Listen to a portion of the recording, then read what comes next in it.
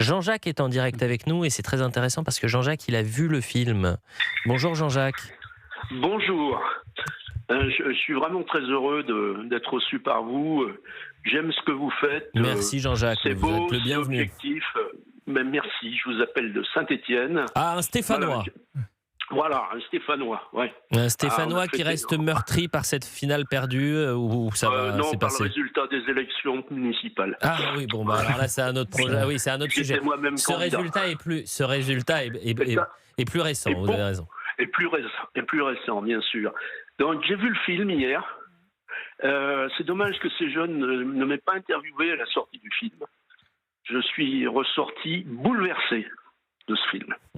Bouleversé, inquiet, voire même terrorisé.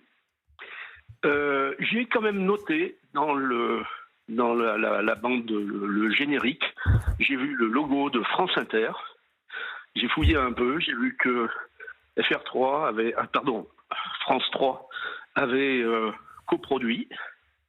Et ma réflexion est que le service public a bien fait, pour une fois, et devrait continuer et diffuser ce film sur ses antennes en mode dossier de l'écran. Alors pour ceux qui sont plus jeunes, ils connaissent peut-être pas. Bon, Vous avez bien fait de le préciser pour Gérard Carrero qui est avec nous. Ah ben remarquez, j'ai 71 ans. Et donc vous êtes c'est à peine majeur, c'est parfait Jean-Jacques. Mais on comprend, c'est-à-dire qu'il y a il y a un besoin d'utilité publique, de parler évidemment de l'assassinat de Samuel Paty, de montrer ce film.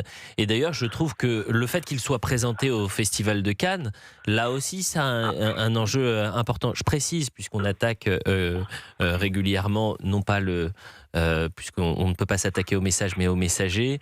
Le climat au Festival de Cannes, c'est de pousser des cris d'orfraie, parce que le cinéma aujourd'hui est financé en grande partie par Canal+.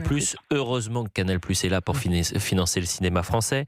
En 2025, ce sont quand même 71 films qui ont été acquis et financés par Canal+, et que l'abandon a été financé et par France Télévisions, mais également par Canal+. Un film, là aussi, qui nous permet d'aller sur un terrain qui est extrêmement sensible, où de plus en plus, d'ailleurs, les professeurs s'autocensurent.